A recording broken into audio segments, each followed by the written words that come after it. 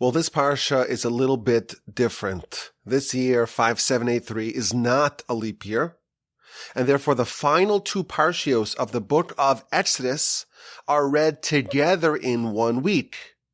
As we know, the Jewish calendar, it's a hybrid. It's half a lunar calendar. We follow the lunar months. It's also a solar calendar because we follow the solar years. And as a result, we have to adapt our lunar month to the solar year. So every 2 or 3 years, there's a leap year, the extra month of Adar.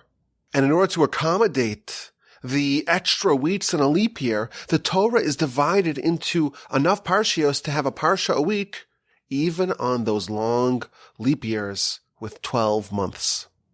But on non-leap years, such as this year, we will have a few weeks where 2 Parshios are read as one, and thus we have Parshas Vayakhel and Pekudei lumped into one. Now I was thinking, for those of us that have the great fortune of reading the Parsha 3 times over the course of the week, twice in Hebrew and once in the Aramaic translation, we have an opportunity when there's an extra Parsha to study even more Torah. And I did the math, it's over 200 verses. And we know that every word of Torah is its own mitzvah. But the truth is, the mitzvah of Torah study, every mitzvah, our sages tell us, is equal to 613 mitzvos. So if we have 200 verses, and each verse has, I don't know, let's just assume 10 or so words, and you multiply that times 3, and you multiply that times 613, you do the math. More than 1 million mitzvos, just by reading the Parsha 3 times. How lucky we are. How fortunate we are. What a privilege. What an opportunity to stockpile mitzvos. But now we have to focus on the Parsha itself. We are in the implementation phase of the building of the Tabernacle. All the instructions are conveyed. All the materials have been contributed. It's all assembled, ready to go.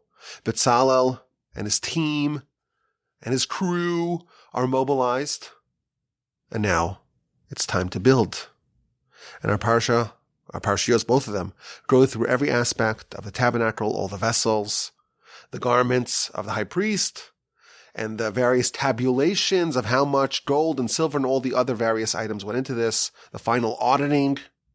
And finally, the second Parsha, Parsha Pekudei, ends, and the book of Exodus ends with the glory of Hashem filling the tabernacle. When this mission was undertaken a few weeks ago, the plan was that we will build a sanctuary for God, and now the Almighty, in fact, dwelled in the house that the nation built for him. I want to focus on one of the vessels of the tabernacle and the materials it was constructed from, and the use that it had, and that is the kior, known, of course, by the term the laver. Chapter 38, verse 8, we read that they made the kior. They made the laver out of copper, and its stand was of copper as well. This is the laver, the basin of water that the Kohanim would wash their hands and feet with before entering the sanctuary, before doing any service in the tabernacle. And the verse tells us it was constructed using the mirrors of the women. And if you read the verse, it's a little bit unclear what exactly it means. And we have one of the most interesting Rashis in the entire Torah. Rashi tells us that the Jewish women, when they were still in Egypt, they used mirrors when applying their makeup. And this is in Egypt under the harsh conditions of unbearable slavery. And the Jewish women, they put on makeup. And they used mirrors. And these mirrors were made of highly polished copper. And when the call came to donate all these precious stuff, gold and silver and copper, the women said, oh, I have copper. I have some highly polished copper that uses a mirror. I use it in Egypt as a mirror, and I want to donate that to the tabernacle effort. And this is the copper that was used to make the laver, the kior. What a fascinating idea. Where's this copper come from? Rashi tells us, interpreting the verse. It came from the mirrors of the women in Egypt. Now it gets even more interesting. When they came to Moshe, we want to donate these copper mirrors. Moshe didn't want it. He thought it was inappropriate to use these copper mirrors for the tabernacle. Why? Because this is something that you use to increase the Yetzer Hara, the evil inclination. The women would use it, and they would make themselves more attractive. And that, after all, spurs the Yetzer Hara, the evil inclination. And Moshe thought it was inappropriate for these items, for these copper mirrors, to be placed in the tabernacle. He didn't want to accept it. That was Moshe's take. And God disagreed, Rashi tells us. God said, these are the most cherished in my eyes, so to speak. Of all the contributions, of all the gold and all the silver and all the various materials, the wood and the oil and the stones and the spices, says God, quoted by Rashi, chapter 38, verse 8, this is the most cherished and desirable and precious in the eyes of God. And the reason, Rashi tells us, because via these mirrors, the nation burgeoned. And these women merited to raise legions, a veritable army of Jews. And Rashi tells us, these mirrors helped the women beautify themselves, and that contributed to the demographic explosion of the nation. And why? Rashi explains. This is all in Rashi. Because their husbands in Egypt, they were literally slaving away.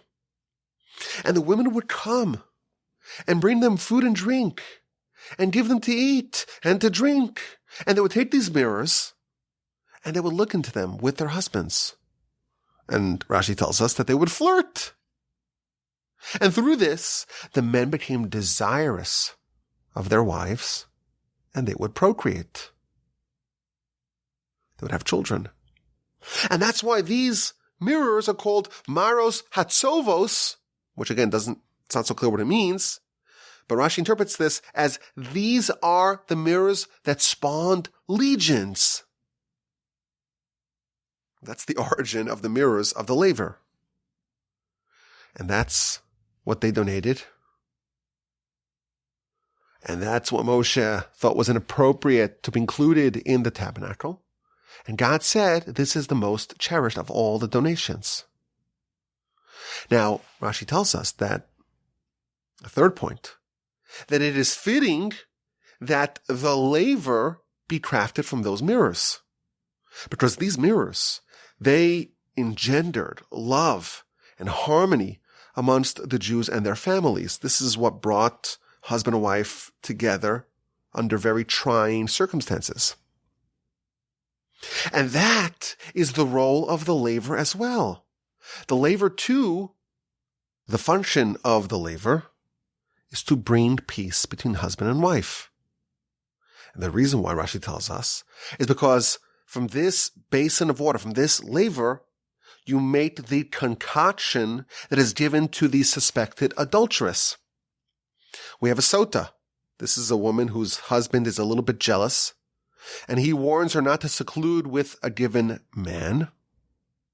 And she goes ahead and secludes with said man for a sufficient time to have committed adultery. And that creates a suspected adulteress, a sota. And the way this gets resolved is via the kiyar, the laver. The woman is brought to Jerusalem to the temple, and she's given a drink of water from the laver, in which other things are dissolved. And if she, God forbid, committed adultery, then the waters would judge her, and she would die. And if she was innocent, then not only would she not be harmed by the water, she would emerge unscathed, but she would actually be the recipient of immense blessing for her trouble. This is the law of the sota, the suspected adulteress. And the vessel in the temple that played a vital role for this was the laver.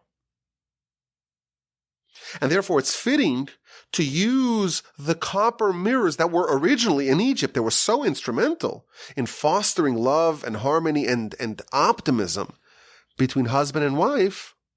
It made sense that the laver that serves the same purpose, to remove the accusation, or at least the suspicion of infidelity from the suspected adulteress.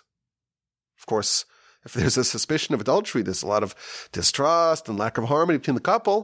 The laver and those mirrors and that copper that was originally there in Egypt to promote harmony and peace and love amongst husband and wife, it's going to continue doing that in the same capacity, so to speak, to resolve the uncertainty between husband and wife and to restore the harmony and the love just as the mirrors did in Egypt.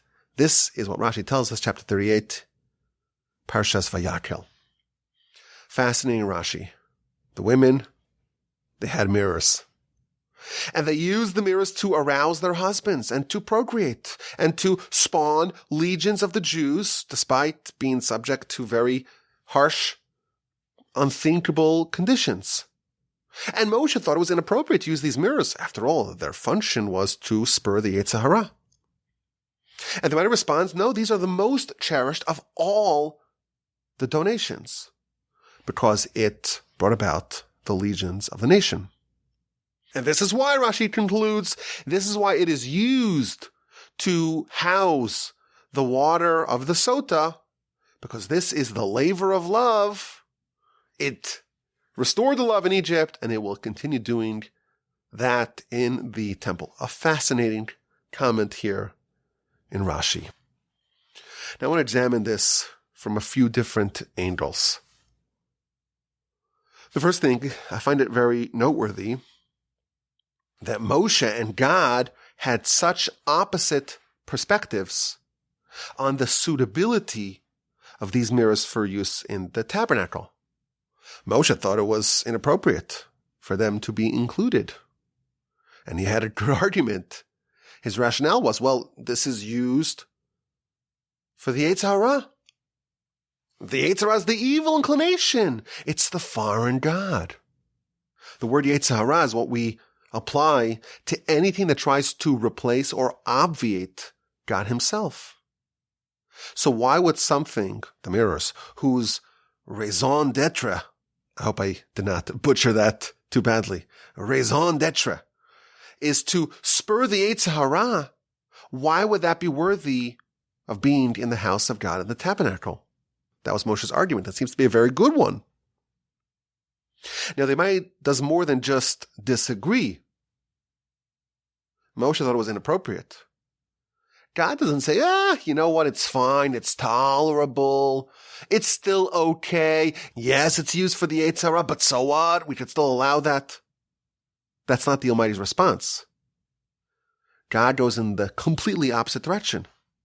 God says, this is more cherished and more desirable and more befitting of being in the tabernacle than anything else. Of all the donations, this is number one. So God and Moshe are on complete opposite ends of the spectrum. To Moshe, at least initially, it was totally unconscionable to include these copper mirrors in the tabernacle.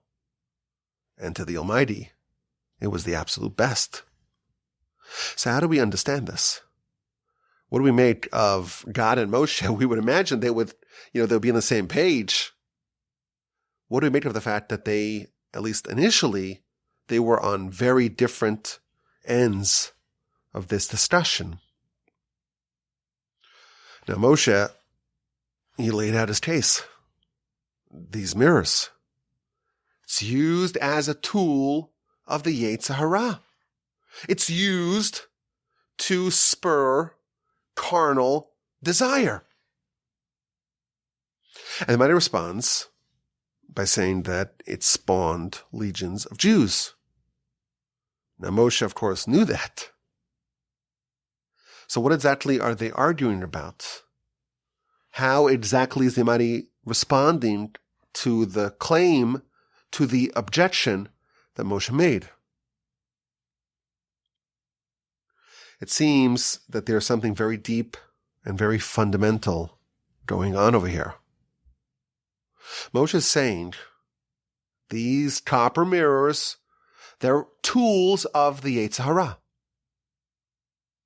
Now, the Almighty does not contest that premise. God agrees that these mirrors are, in fact, tools of the Yetzer Hara.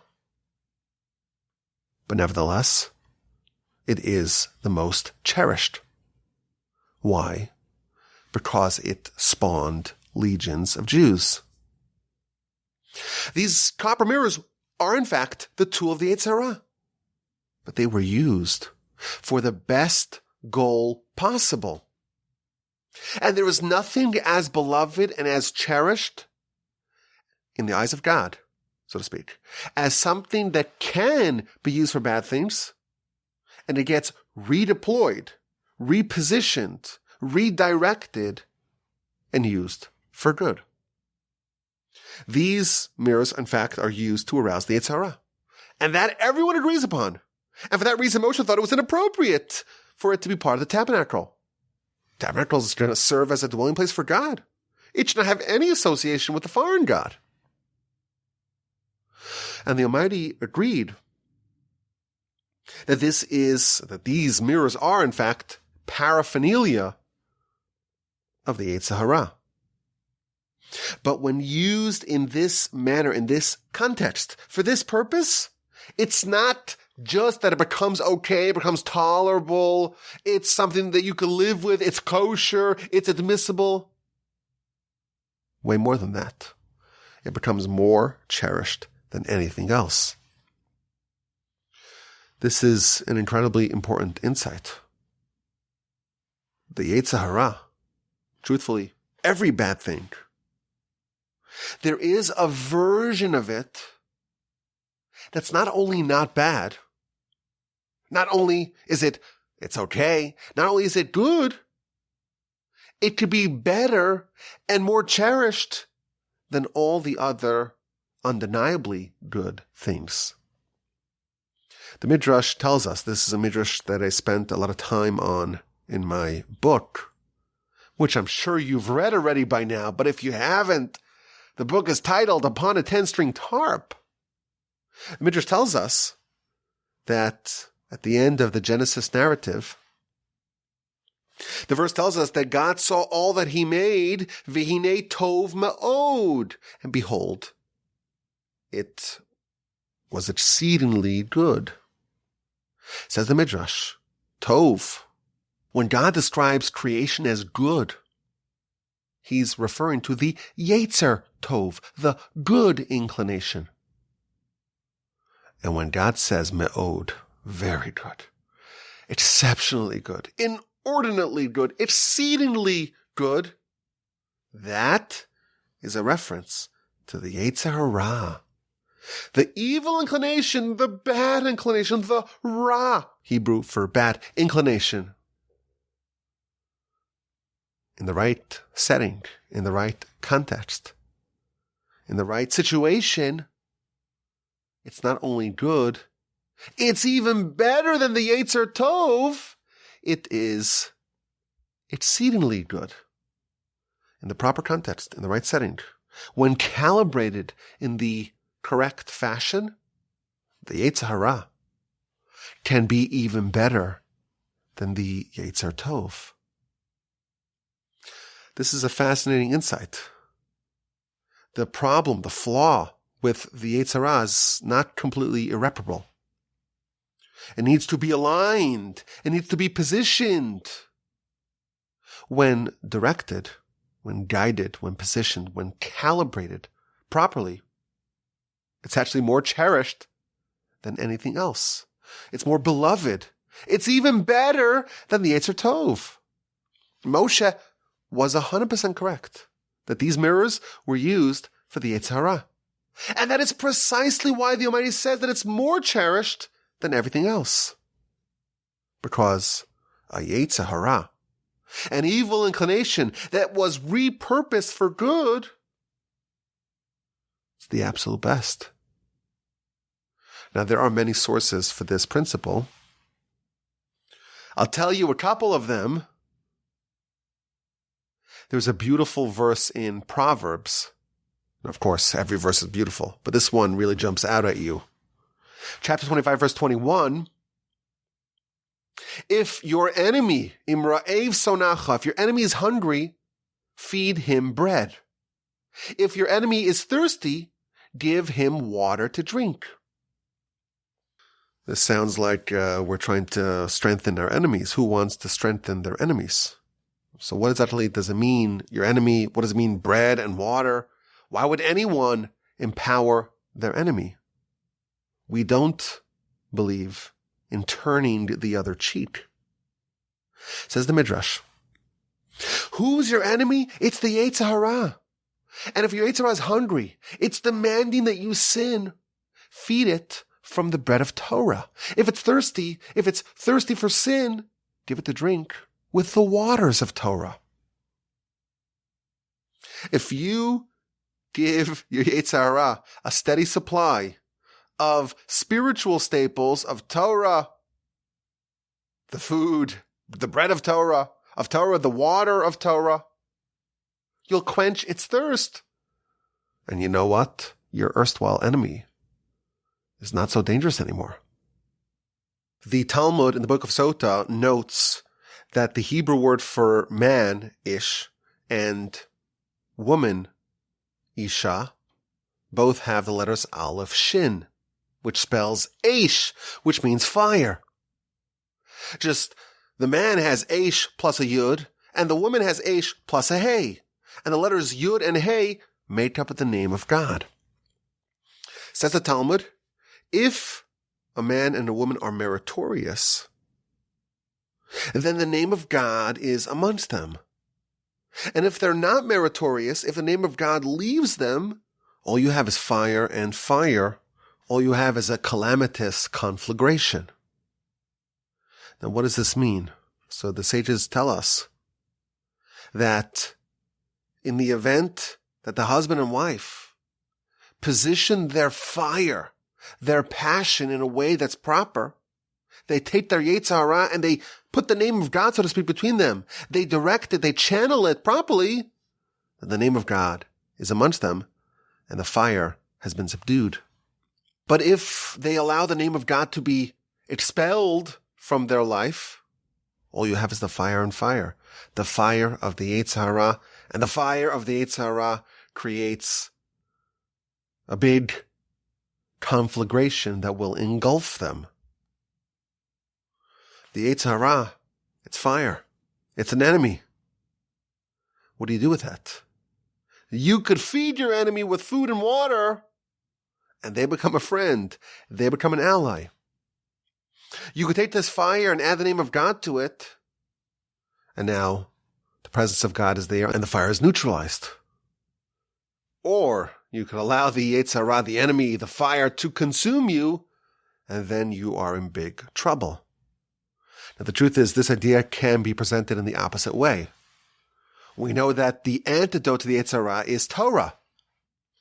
Barasi Yetzer Hara, I created an evil inclination. I created the Torah as an antidote, the Talmud tells us in the book of Kiddushin, page 30b. Torah's completely good, right?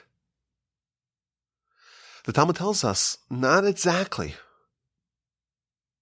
If you are meritorious, the Torah is an elixir of life.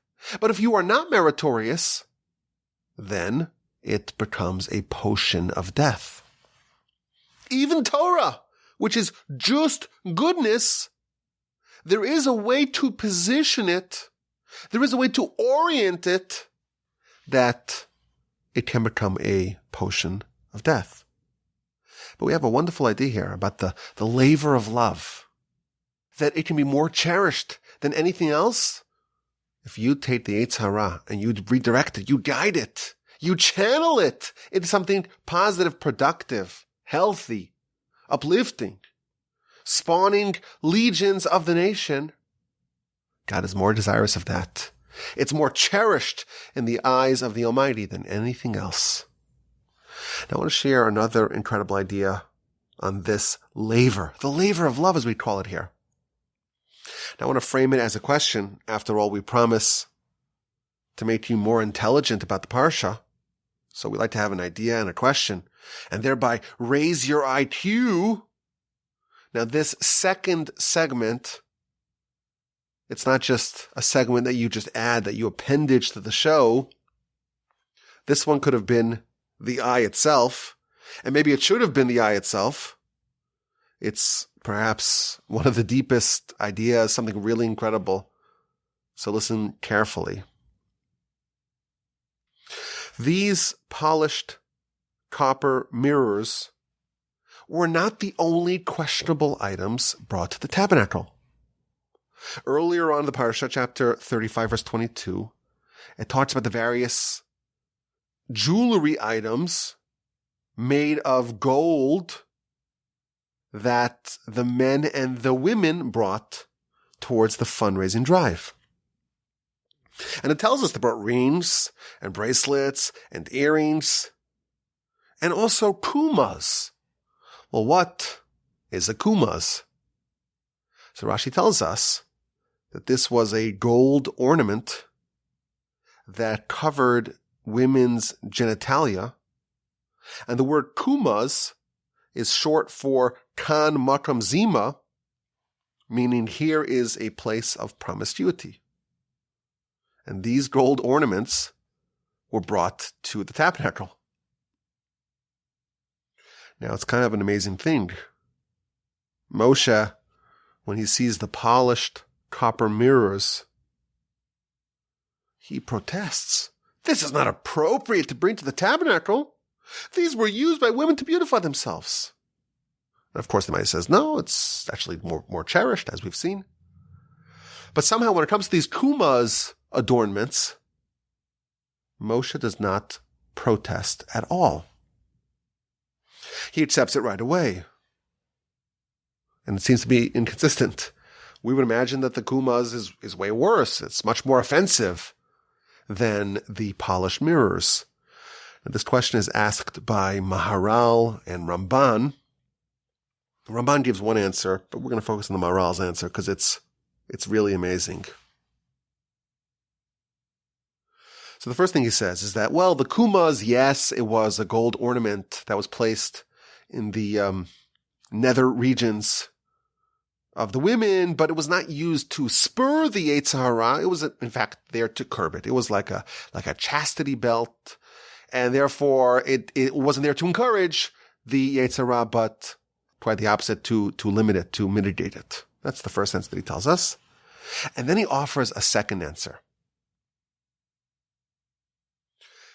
There was a fundamental difference between how the laver was made and how all the other vessels were made. By all the other vessels,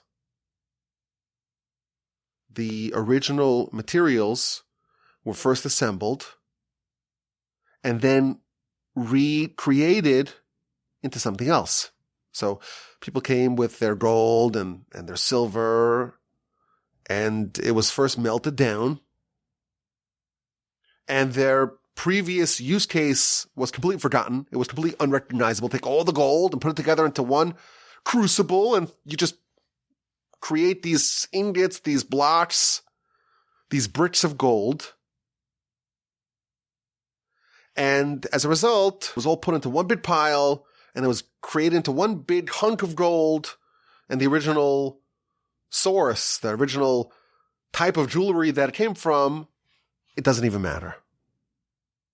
But the laver that was made of those mirrors of polished copper, that wasn't melted down into one hunk of copper that was used to recreate the laver. Oh no, the laver itself, the kiyar, was made just of those mirrors. They were never broken down and repurposed and recreated. It was just the mirrors were attached together, and that was your laver. An amazing idea. All the parts of the tabernacle were all made from donated materials. But the laver, the tier, the laver of love, as we'd call it here, it was made completely differently than any other item.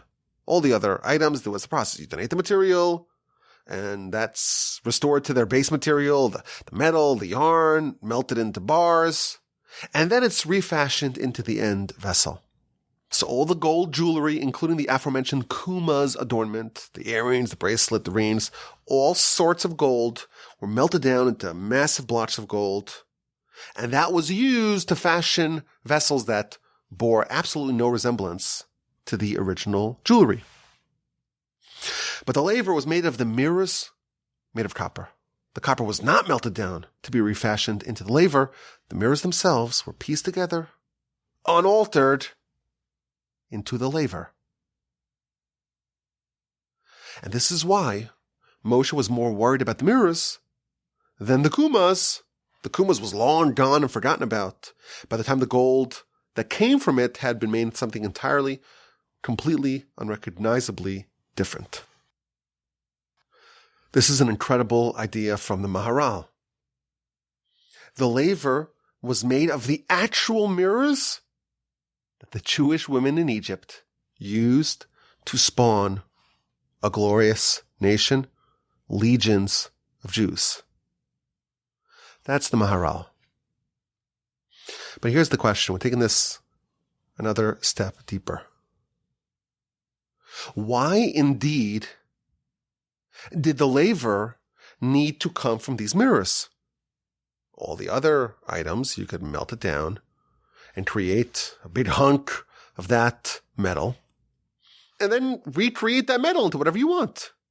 Why not melt the copper back into a big block of copper and use that to make the tior, to make the laver? And that would solve Moshe's problem. He would have no problem with the mirrors, just as he has no problem with the kumas. Why was it imperative to use the mirrors as is for the laver?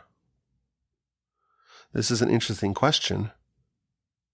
And the answer is one of the deepest and most powerful ideas that we've ever shared on the Parsha podcast. And I heard this from Rabbi Yitzchak Berkovitz. He noted that the laver did something that appears nowhere else in Jewish life and Jewish jurisprudence.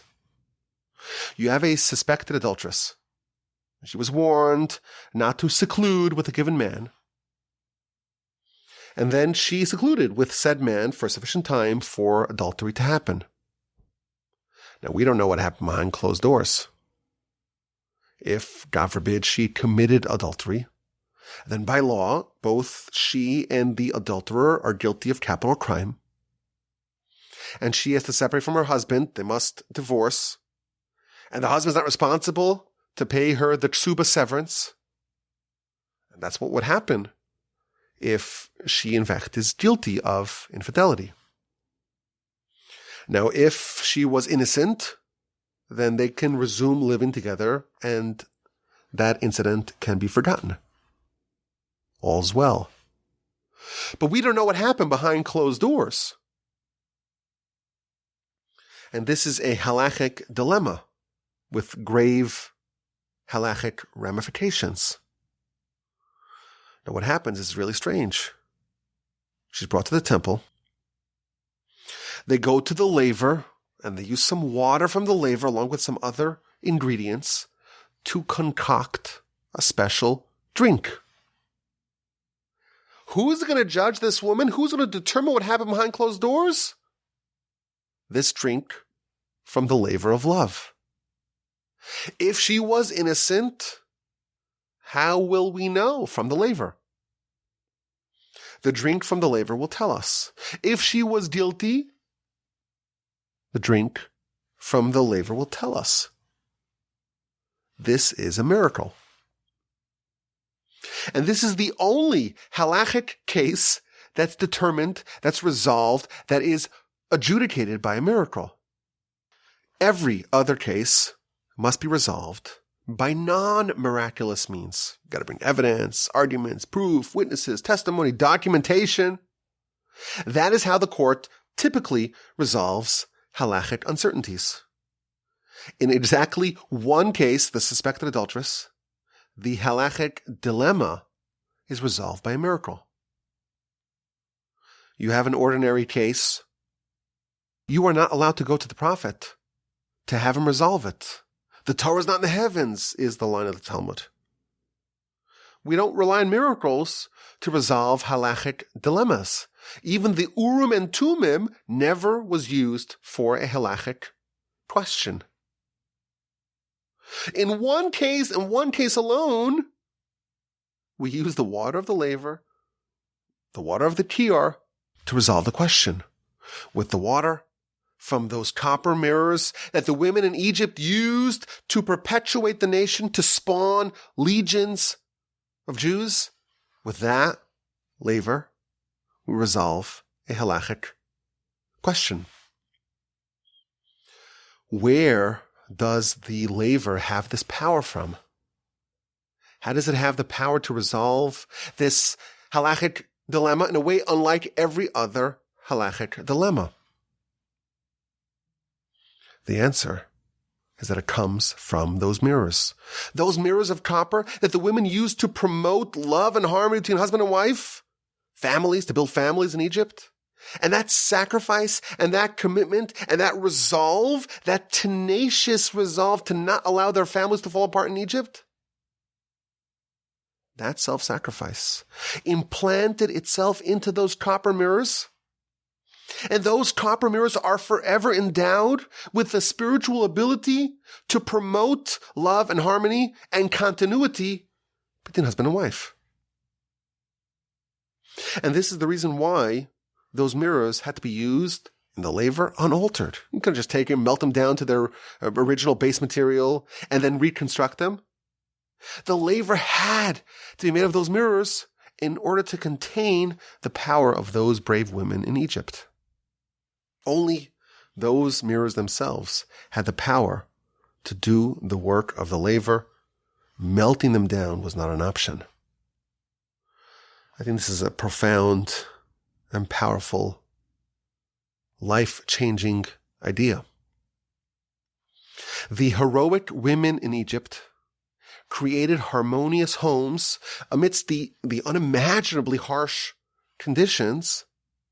They fostered marital harmony in a place where it was just impossible for such relationships to exist. And they created families. They created a concept of a stable, harmonious home. And through that, they're able to spawn an army of a nation. By doing that, and through the tools that they employed, they created an aura, a reality of harmony. And the power of harmonious matrimonial life, it lives forever inside those mirrors. And thus inside the laver of love, inside the laver made of those mirrors, those same mirrors that were used to stabilize their homes in Egypt. Those mirrors forever have the eternal ability to restabilize homes that are on shaky grounds. This idea is a very powerful one for us to think about. Our actions create enduring spiritual power. When we do something heroic, something courageous, something that really demands a lot of effort on our part, that spiritual power reverberates within the world and within the object of our mitzvah forever. What we're doing here is not just we're following the laws and we want to make sure that we are compliant with the rules. What we're doing is creating eternal realities and power. And the weight and the gravity of our actions should never be underestimated. With every mitzvah, we're changing the spiritual makeup of the whole world. And of course, every sin has that effect in the opposite direction. With every deed, we either elevate everything, our environment, even the inanimate parts of our world, or God forbid, we can damage it as well.